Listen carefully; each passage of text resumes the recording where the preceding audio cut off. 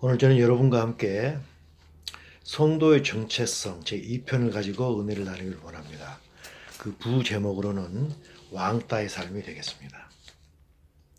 하나님께서는 저희들에게 4권의 복음서를 주셨습니다. 여러분께서는 그 중에서 어떤 복음서를 가장 좋아하십니까? 저는 개인적으로 요한복음을 가장 선호하는 편입니다. 그 중에서도 요한복음 1장 1절을 가장 좋아합니다. 왜냐하면 1장 1절에 성경 전체를 함축하는 의미가 포함되어 있다고 저는 생각하기 때문입니다. 요한복음 1장 1절은 다음과 같이 시작합니다. 태초에 말씀이 계시니라.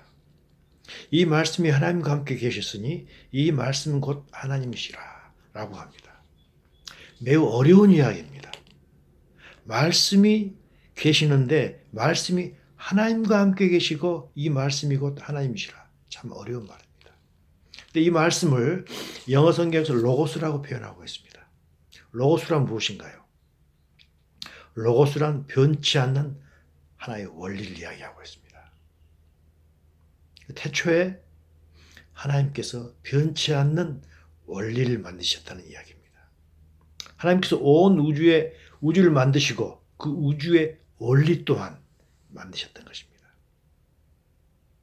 태초에 하나님께서 말씀을 하셨던 그 모든 것들이 로고스가 되어서 하나님 말씀하신 그대로 이루어지고 변하지 않는 원리 원칙이 되었다는 것입니다. 그래서 밤과 낮이 있고 밀물과 선물이 있고 사계절이 있고 사람이 출생과 결혼과 또 출산 이 모든 것이 있는 것 아니겠습니까?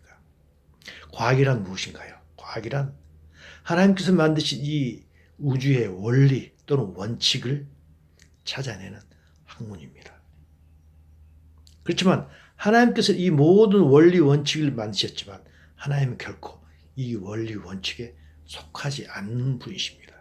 왜냐하면 하나님은 여호와 하나님이시기 때문입니다.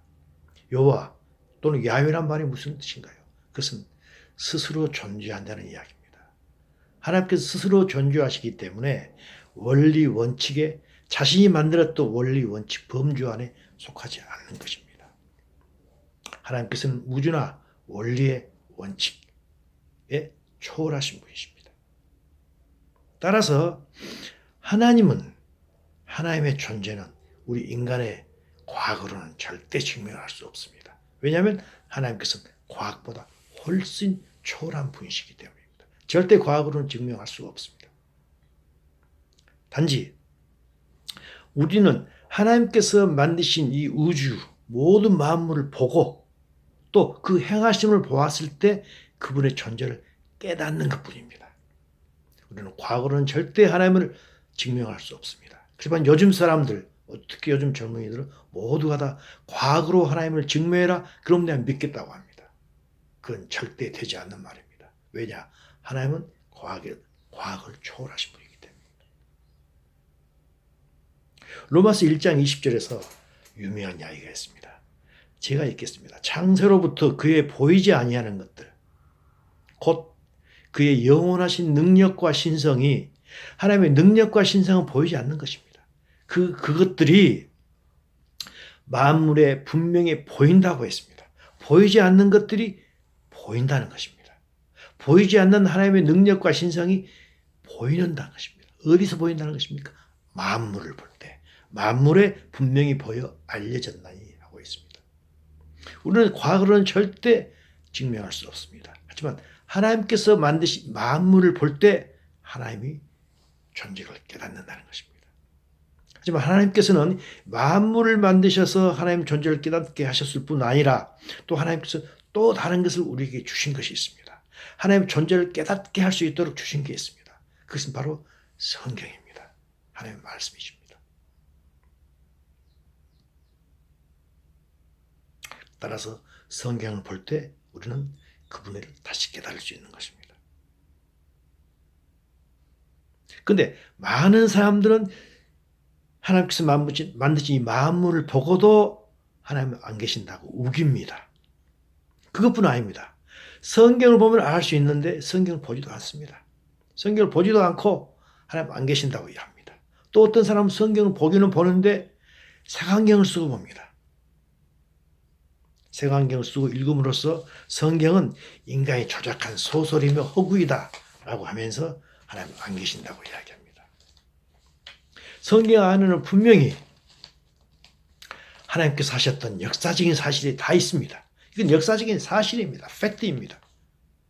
하지만 그것들이 우리 인간의 눈에 또는 과학의 잣대에 우주의 원리 속에서 포함되지 않는다고 해서 역사적인 사실을 믿지 않는 어리석은 자들이 있는 것입니다. 이건 매우 어리석은 것입니다. 하나님께서는 우리에게 공기도 주셨고 물도 주셨고 태양도 주셨고 땅도 주셨지 않습니까? 이 모든 것 우리가 무료로 공짜로 사용하고 있습니다. 그러면서도 하나님께서 이걸 만드신 하나님을 계신다고 존재를 부인하는 어리석은 자들입니다. 로마서 1장 23절에서 이야기합니다. 썩어지지 아니하는 하나님의 영광을 썩어질 사람과 새와 짐승과 기어다니는 동물 모양의 우상으로 바꿨다는 것입니다. 하나님의 영광은 절대 썩어지지 않습니다. 근데 우리 인간은 어리석여서 이 하나님의 영광을 썩어지는 사람과 새와 짐승의 동물 모양 우상으로 바꾸어 버렸던 것입니다.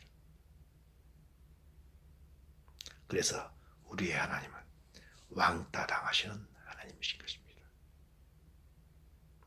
사랑은 눈에 보입니까? 눈에 안 보이지 않습니까? 그래도 우리는 믿습니다. 우리 속에 있는 마음은 눈에 보입니까? 안 보이지만 우리는 믿습니다. 공기 중에 있는 바람 눈에 보입니까? 안 보이지 않습니까? 하지만 우리는 촉감으로 그걸 압니다. 그래서 우리는 바람이 있다는 걸 믿습니다. 하나님 역시 보입니까? 안 보입니다. 하나님이 영이시기 때문에 안 보입니다. 하지만 사람들은 눈에 보이지 않는 마음이라든지 공기라든지 이 모든 사랑 같은 것은 믿으면서도 하나님은 믿지 않는 것입니다. 너무너무 이상하죠. 왜 그럴까요? 바로 하나님과 우리 사이에 믿지 못하게 하는 게 있기 때문입니다. 그건 사탄입니다. 사탄은 어떤 자들일까요? 요한복음 8장 44절에서 이야기하고 있죠. 진리가 그 속에 없으므로 진리에 서지 못하고 거짓을 말할 때마다 제 것으로 이야기한다고 했습니다. 사탄은 거짓말장입니다. 사탄은 계속해서 하나님 안 계시다라고 우리를 속여왔던 것입니다. 그래서 우리는 사탄의 장난에 넘어가서 하나님은 안 계신다고 생각하는 것입니다. 그렇지만 그리스도인들은 예수님을 믿기 때문에 예수를 믿음으로 말미암아 우리 속에 하나님의 영이 들어와 있습니다. 그래서 그 영이 우리에게 이야기를 하고 계십니다. 성령께서 우리에게 하는 것이죠. 하나님은 살아계신다라고. 그래서 우리는 안 보이는 하나님을 계신다라고 믿습니다. 그래서 또한 우리도 왕따를 당합니다. 왕따 당하시는 하나님을 믿는 우리 역시 자연스럽게 왕따를 당하는 것입니다. 하지만 이것이 하나님의 은혜입니다. 이거 왜 은혜인지 조금 이따 밝혀드리겠습니다. 하나님 존재 자체는 모든 과학의 논리나 우주의 원칙을 벗어나 존재하시는, 초월적으로 존재하시는 분입니다. 하지만 그분의 성품은 매우 지성적이고 논리적이고 감성적이고 이성적입니다. 그분께서 우리에게 주신 성경을 보십시오. 서론, 본론, 결론이 정확하게 구분이 되어 있습니다. 창세기로부터 시작해서 요한계시로 끝납니다. 서론, 본론, 결론을 분명하게 말씀하고 계십니다. 매우 지성적입니다. 또 하나님께서 모세에게 성막을 지으시라고 명령하실 때 성막만 그냥 지으라라고 하셨습니까? 그렇지 않습니다. 출애굽기를 자세히 보십시오. 하나님께서는 성막에 대한 설계도를 아주 세밀하게 주셨습니다. 이것의 크기는 어떻게 하고, 이것은 어느 방향을 향하게 하고, 이것은 무엇으로 만들고, 이건 누구에게 시키고, 모든 것을 너무너무 세밀하게 만드셨던 것입니다. 또 이스라엘 민족과 대화하실 때도 하나님께서는 이스라엘 민족에게 한 번 이야기하고 끝내지 않습니다. 하나님께서는 그들에게 대화할 때도 여러 번 반복해서 말씀하십니다. 그들이 이해하지 못할까 봤습니다. 그들이 얼마든지 이해하지 못할 수가 있습니다. 그렇기 때문에 하나님께서는 반복해서 말씀하십니다. 하나님께서는 구약을 통해서 하나님 자신을 많이 드러내십니다. 그리고 신약을 통해서 구약을 또 설명해 주시기도 하는 것입니다. 하나님께서 이렇게 그분의 존재 자체는 초월적이신 분이지만 그분의 성품은 매우 논리적이고 이성적이고 과학적이고 또 감성이 풍부한 분이십니다. 그런 하나님을 우리는 믿고 따릅니다. 왜 그렇습니까? 하나님은 온 우주의 주인이시기 때문입니다. 그래서 우리는 주일날 모두가 같이 모여서 이곳에 모여서 그 하나님, 온 우주의 주인이신 그 하나님께 경배하기 위해서 이곳에 모여야 됩니다. 그리고 평소에는 평일날에는 그분의 뜻대로 살려고 더 고민하며 애를 쓰며 살아갑니다. 우리도 주일날 소풍 갈 수도 있고 수요일날 골프 칠 수도 있습니다.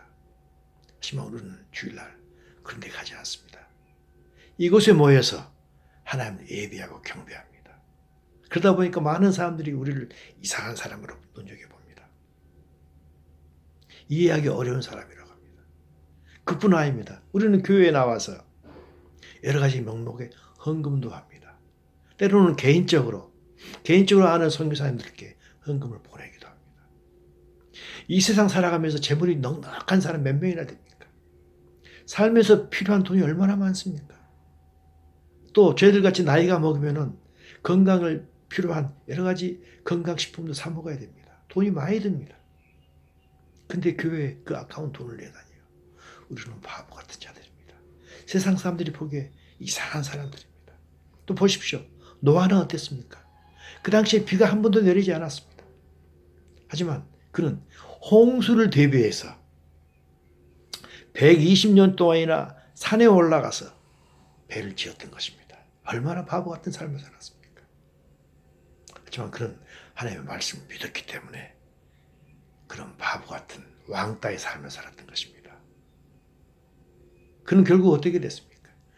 남들이 비웃었던 그 배로 말미암아 그는 구원을 받았지 않습니까? 또 야곱을 보십시오. 야곱은 둘째 아들로 태어났습니다. 그에게는 장자권이 없었습니다. 하지만 그는 그 장자권을 매우 탐을 냈습니다.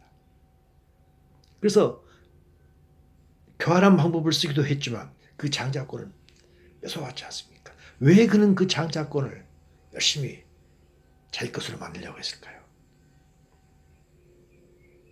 그 당시에 장자권이 밥을 주거나 세상에 많은 권력을 주거나 하지도 않았습니다. 그렇지만 왜 야곱은 그 장자권을 향해서 그런 많은 노력을 했을까요? 그것은 장자권은 하나님께 제사 드릴 수 있는 권한을 줬기 때문입니다. 그는 하나님과 밀접한 관계를 원했던 사람입니다. 그래서 비록 찾아했지만 그 장자권을 탐을 냈던 것입니다. 그 결과 그는 어떻게 됐습니까? 그가 에서를 피해서 도망갈 때 베델에서 그가 원했던 하나님께서 나타나 주셨습니다. 그리고 말씀하셨죠. 네가 돌아올 때까지 내가 항상 너와 함께 하겠다고 말씀하셨습니다.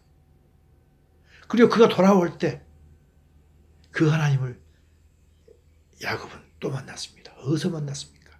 야복강에서 만났습니다. 베델에서 만나주셨던 하나님께서 야복강에서 야곱이 돌아올 줄 알고 있었기 때문에 미리서 기다리고 계셨던 것입니다. 그런 하나님이신 것입니다. 그때 야곱은 얼마나 마음이 졸였겠습니까? 야복강만 건너면 자기 형 에서를 만날 건데. 그래서 그때 만났던 그 하나님을 붙잡고 하나님께 이야기합니다. 창세기 32장 26절입니다. 그가 이르되 날이 세려하니 나로 가게 하라. 그러니까 야곱이 뭐라 하겠습니까? 당신이 내게 축복하지 않으면 나는 절대 당신을 내보낼 수 없다라고 간절하게 이야기했습니다. 그는 알았던 것입니다. 그 하나님이 만나서 나를 축복하게 되면 나는 에서를 만나도 결코 죽지 않으리라는 것을 알았던 것입니다. 그래서 축복해달라고 그렇게 씨름을 하고 바짓가랑이를 잡고 절대 놓아주지 않았던 것입니다. 하지만 사실은 하나님께서 이미 야곱을 축복하셨던 것입니다. 그 축복이 무엇인가요? 그가 바로 하나님께서 환도뼈를 내리치심으로 말미암아 야곱은 쩔뚝거렸지 않습니까? 쩔뚝거림. 그가 쩔뚝거려야 됐던 게 하나님께서 이미 축복하셨던 것입니다. 왜 그렇습니까? 야곱이 쩔뚝쩔뚝하면서 에서에게 나아갈 때 에서는 야곱을 불쌍히 여겼지 않습니까? 그를 긍휼히 여겨서 야곱아 내가 너 정말 잘 왔다 라고 했지 않습니까?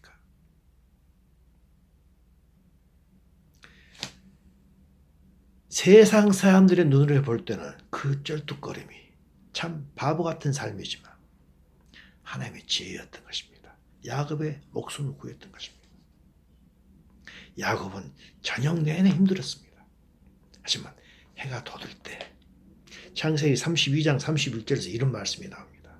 그가 분이엘을 지날 때 야복강에서 야복강을 떠나서 걸어갈 때입니다. 분이엘을 지날 때 해가 돋았고 그의 허벅다리로 말미암아 절었더라라고 이야기합니다. 밤새 힘이 들었던 그 야곱이었지만 하나님께로부터 그 환도뼈를 치심으로 말미암아 쩔뚝발이가 됐을 때 그는 그때로부터서 무언가 모를 힘이 들어왔던 것입니다. 아, 하나님으로부터 나는 축복을 받았다. 그렇기 때문에 나는 이제는 야곱을 예서를 만나더라도 난 절대 죽지 않을 것이다 라는 그런 마음이 들었던 것입니다. 그래서 그 마음을 표현했던 게 바로 그겁니다. 분이엘을 지날 때 해가 돋았다 라고 했던 것입니다. 야곱만 절뚝발인가요? 우리 모두 절뚝발입니다. 하나님을 우리의 구원자로 믿는 우리 모두는 야곱과 마찬가지로 절뚝발인 것입니다. 많은 사람들은 예수 믿지 않는 사람은 자기의 튼튼한 두 다리를 의지하고 이 세상을 살아갑니다. 하지만 우리는 압니다. 우리의 다리가 결국 튼튼하지 않는다는 걸 압니다. 그래서 세상 사람들은 자기의 튼튼한 두 다리를 의지하고 우뚝 서 있지만 우리는 한 다리는 우리의 다리로, 한 다리는 하나님께로부터 두드러 맞은 그 쩔뚝발의 다리로 이 세상을 살아가고 있습니다. 어떤 사람은 자기의 환도뼈가 육신의 정욕이었습니다. 하지만 하나님께서 그 환도뼈를 찌시자 육신의 정욕을 모두 버리고 거룩한 삶을 살아가게 됩니다. 또 어떤 사람은 이생의 자랑거리가 자기의 환도뼈였습니다. 그렇지만 하나님으로부터서 그게 아니다는 걸 알았을 때 환도뼈를 두드러 맞았을 때 이제는 더 이상 이생의 자랑이 자기 인생의 목적이 아니고 이생이 아닌 저생의 자랑을 이 인생의 목적으로 받고 살아가는 것입니다. 세상 사람들이 볼 때 우리 모두 하나님에 의한 절뚝발이의 삶을 살아가고 있는 것입니다. 하나님을 믿는 우리는 세상 사람들 보기에 하나님 때문에 노아와 같이 120년 동안 배를 짓는 그런 바보 같은 삶을 살고 야복같이 쩔뚝거리며 살아가는 삶을 살아가고 있는 것입니다. 이게 왕따의 삶을 살고 있지 않는 거 아니겠습니까? 이것이 왕따의 삶, 쩔뚝거리는 삶, 바보 같은 삶이지만 사실은 하나님께서 우리에게 축복을 주시는 지혜로운 삶인 것입니다. 동의하십니까? 그럼 우리가 어떻게 할 때 더욱더 많은 왕따의 삶을 살아갈까요? 어떻게 할 때 우리는 더욱더 정체성이 분명한 삶을 살아갈 수 있을까요? 사도 바울이 에베소서 1장 16절 17절을 통해서 우리에게 말씀하고 있습니다. 내가 기도할 때 우리 주 예수 그리스도의 하나님 영광의 아버지께서 지혜와 계시형을 너희에게 주사 하나님을 너희들이 더욱더 많이 알게 하라고 했습니다. 왜 그렇습니까? 왜 사도 바울은 우리가 하나님을 더욱더 많이 알기를 원했습니까? 왜냐하면 우리가 하나님을 알면 알수록 이 세상이 어떤 곳인지 더욱 많이 알게 되기 때문입니다. 이 세상의 삶과 하나님께서 원하시는 삶이 대비가 되기 때문입니다. 우리는 하나님을 알면 알수록 이 세대로부터 떨어진 삶을 사는 것입니다. 그래서 로마서 12장 2절에서 이렇게 말씀하고 있지 않습니까? 너희는 이 세대를 더 이상 본받지 말라고 했습니다.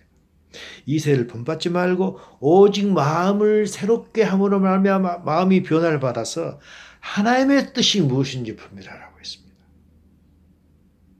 저는 이걸 뒤바꿔 생각하기로 합니다. 우리가 하나님의 뜻을 많이 알면 알수록 우리는 이 세대로부터 떨어진 삶을 살게 되는 것입니다. 하나님을 알면 알수록 우리의 정체성이 더 분명해집니다. 정체성이 분명해지면 정체성이 분명할수록 우리는 더욱더 왕따의 삶을 살게 될 것이고 세상 사람들 눈에 볼 때 쩔뚝벌이의 삶을 살게 될 것입니다. 어떻습니까? 이런 쩔뚝벌이의 삶, 왕따의 삶. 분명 우리는 내적으로 기쁜 즐거운 마음으로 왕따의 삶을 살아갑니다. 하지만 우리도 인간입니다. 인간이기 때문에 남으로부터 왕따 그런 눈초리를 받는 것 별로 달갑지 않은 삶입니다. 고난의 삶입니다. 고난스러운 삶입니다. 그것뿐 아닙니다. 우리 스스로도 하나님의 뜻을 알기 때문에 하나님의 뜻대로 살려고 하지만 그 뜻대로 되지 않습니다. 그래서 애통해하는 삶을 삽니다. 그게 또한 고난입니다. 그래서 우리는 물론 속에는 기쁨과 즐거움으로 차 있지만 한면으로는 왕따의 삶을 살기 때문에 또 내가 하나님의 뜻대로 살지 못하기 때문에 애통스럽고 고난의 삶을 살게 될 것입니다. 이 고난의 삶이 무엇인가요? 산 재물인 것입니다. 그래서 로마서 12장 1절에서 사도 바울이 이야기하고 있지 않습니까? 형제들아 내가 너희의 하나님의 모든 자비하심으로 너희를 권하노니 너희 몸을 하나님이 기뻐하시는 거룩한 산 제물로 드리라는 것입니다. 우리가 왕따의 삶을 산다면 우리는 이미 하나님께서 기뻐하시는 산 제물의 삶을 살고 있는 것입니다. 선한 고난의 삶을 살고 있는 것입니다. 이것이 우리가 하나님께 드릴 영적 예배라고 사도 바울은 로마서 12장 1절에서 말씀하고 있는 것입니다. 어떻습니까? 여러분은 영적인 예배를 드리며 일상생활을 살아가고 있습니까? 그렇다면 이런 삶, 고난의 삶이지만 선한 고난의 삶이지만 그렇지만 기뻐하는 삶, 그런 산 제물의 삶을 드릴 때 이 삶의 결과는 어떤 결과가 우리에게 올까요? 로마서 8장 17절 18절에서 사도 바울이 분명하게 우리에게 이야기를 하고 있습니다. 17절입니다. 자녀이면 또한 상속자 곧 하나님의 상속자요 그리스도와 함께한 상속자니 우리가 그와 함께 영광을 받기 위하여 고난도 함께 받아야 할 것이니라 라고 했습니다. 선한 고난을 받을 때 우리는 하나님으로부터 커다란 영광을 받을 것입니다. 이 영광이 무엇인지 베드로 사도는 베드로 1장 3절 4절을 통해서 우리에게 좀 더 자세하게 세밀하게 이야기하고 있습니다. 제가 읽겠습니다. 베드로 1장 4절입니다. 썩지 않고 더럽혀지지 않고 쇠하지 아니하는 유업을 얻게 된다고 했습니다. 무엇인가요? 곧 너희를 위하여 하늘에 간직한 것 하나님의 나라인 것입니다.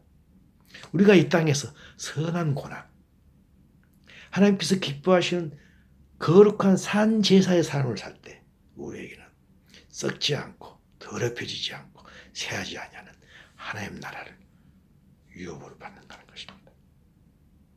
그러면서 베드로전서 4장 2절 4절을 통해서 베드로는 재미있는 비유를 들고 있습니다.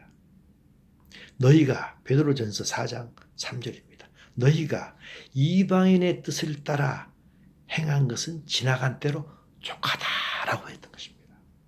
우리가 예수님 믿기 전에 이방인과 같이 살았던 사람은 그걸로 족하다라고 했던 것입니다. 이제는 더 이상 그러지 하지 말라는 것입니다. 그러면 우리가 그들과 같은 생활을 그런 생활을 하지 않을 때 그들은 우리를 어떻게 본다고 했습니까? 베드로전서 4장 4절입니다. 이러므로 너희가 그들과 함께 그런 극한 방탕에 다름질하지 아니하는 것을 그들이 이상히 여겨 비방한다고 했습니다. 우리는 이상히 여겨 비방을 당하는 그런 왕따의 삶을 살아야 되는 것입니다. 그러면서 베드로전서 2장 11절에서 재미있는 비유를 하고 있습니다. 사랑하는 자들아 너희는 이 세상에서 나그네와 행인이라고 했던 것입니다. 영어로 보겠습니다.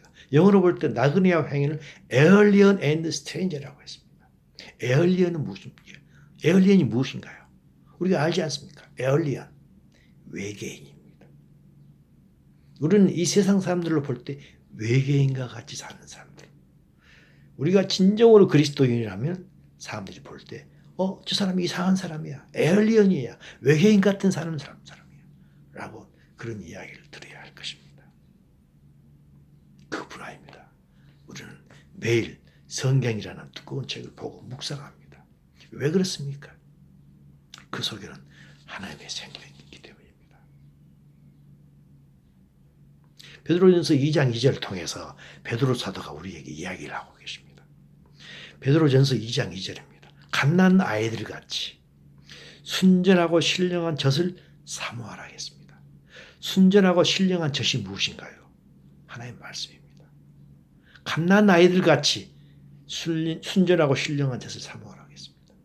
갓난 아이들은 얼마나 어머니의 젖을 사모합니까? 그렇게 우리들로 하여금 하나님의 말씀을 사모하라는 것입니다. 왜 그렇습니까? 이는 그로 말미암아 너희로 구원에 이르도록 자라게 하려 함이라는 것입니다. 우리는 구원을 이미 받았습니다. 이제는 구원 안에서 자라나야 되는 것입니다. 구원을 받아가지고 이미 자라난 사람도 있고 어린아이도 있는 것입니다. 하나님의 말씀 안에는 하나님의 생명이 있습니다. 생명이 있기 때문에 우리가 그 하나님의 말씀을 계속 먹을 때 우리는 계속 자라나는 것입니다. 세상 사람들은 빵만 있으면 됩니다. 왜 그렇습니까? 그들은 육신만 있고 혼만 있기 때문입니다. 그렇지만 우리는 육신만 있고 혼만 있는 게 아닙니다. 우리에게는 영이 있습니다. 하나님 영이 들어와 있는 것입니다. 그 영을 만족하게 하는 것은 하나님의 말씀뿐입니다.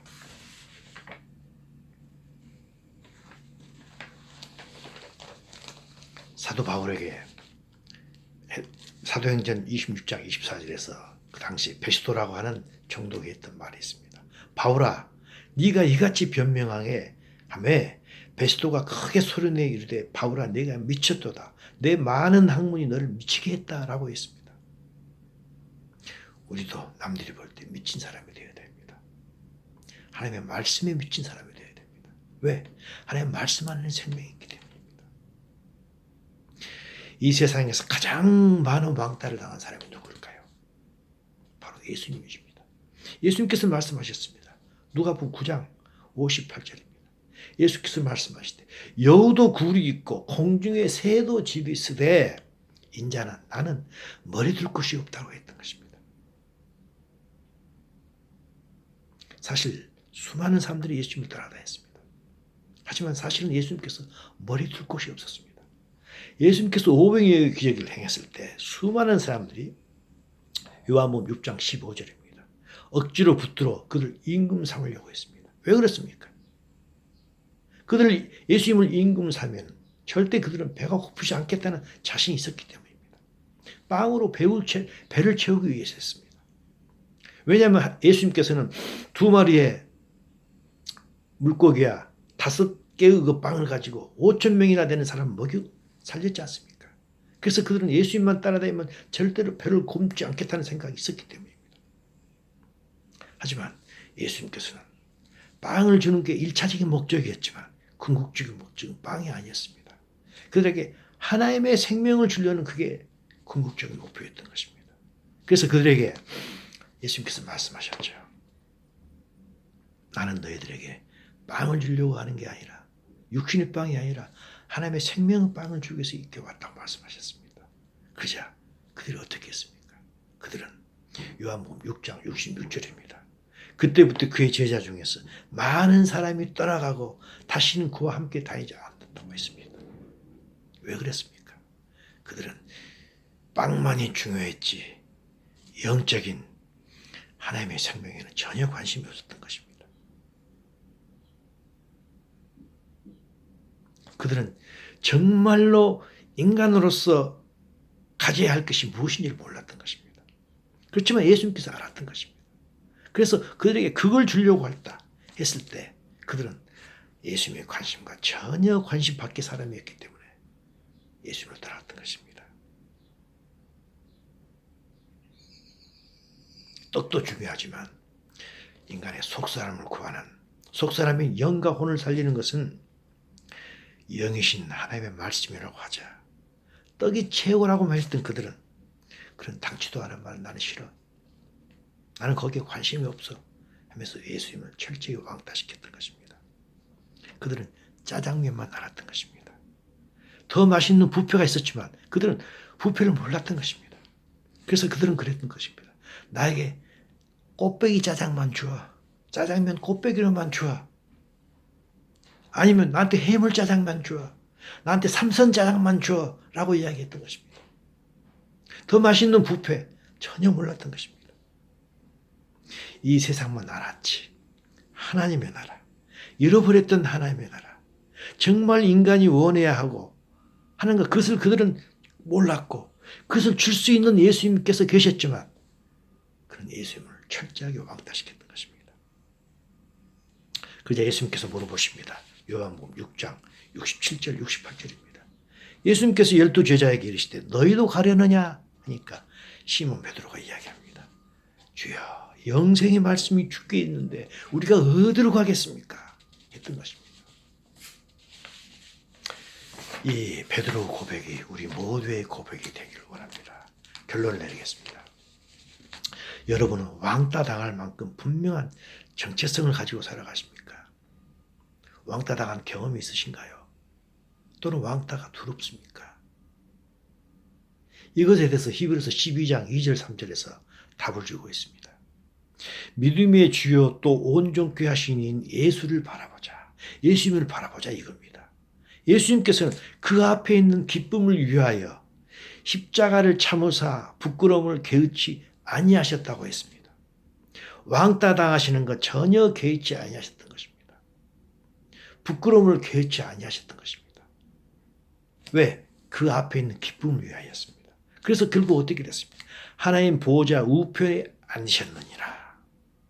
너희가 이같이 자기에게 거역한 일을 참으신 그 예수님을 생각하고 그분만을 바라보자는 것입니다. 왕따를 당하셨던 예수님을 생각하라는 것입니다. 왕따 당하신 후 예수님은 어떻게 되셨습니까? 하늘 보좌에 앉으신 것입니다. 우리는 어떻게 될까요? 우리가 왕따를 잘 참을 때, 예수님을 본보기로 삼아서 왕따를 잘 참을 때 우리는 어떻게 될까요? 이런 선한 고난을 잘 참을 때 어떻게 될까요? 아까 말씀드렸지만 다시 한번 말씀드리겠습니다. 로마서 8장 18절입니다. 생각하건대 현재의 고난은 장차 우리에게 나타날 영광과 비교할 수 없다라고 하신 것입니다. 선한 고난을 당할 때 우리는 커다란 영광을 받을 것입니다. 마태복음 5장 11절을 통해서 예수님께서 이미 산상수훈에서 말씀하셨습니다. 제가 읽겠습니다. 나로 말미암아 너희가 너희를 욕하고 박해하고 거짓으로 너희를 거슬려 모든 악한 말할 때 너희에게 복이 있다고 했습니다. 그러면서 너희는 기뻐하고 즐거워하라. 하늘에서 너희의 상급이 큼이라 라고 예수님께서 산상수훈에서 이미 말씀하셨던 것입니다. 마지막으로 한 구절만 읽겠습니다. 누가복음 9장 26절입니다. 누구든지 나와 내 말을 부끄러워하면 인자도 자기와 아버지와 거룩한 천사들의 영광으로 올 때에 그 사람을 부끄러워하리라. 무슨 말인가요?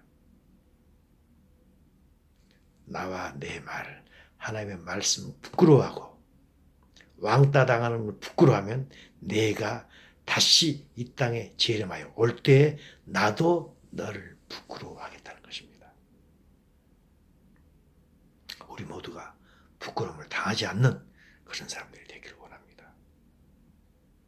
우리 모두가 예수 그리스도 안에서 왕따의 삶을 기뻐하면서 사는 그런 우리 모두가 되기를 소원합니다.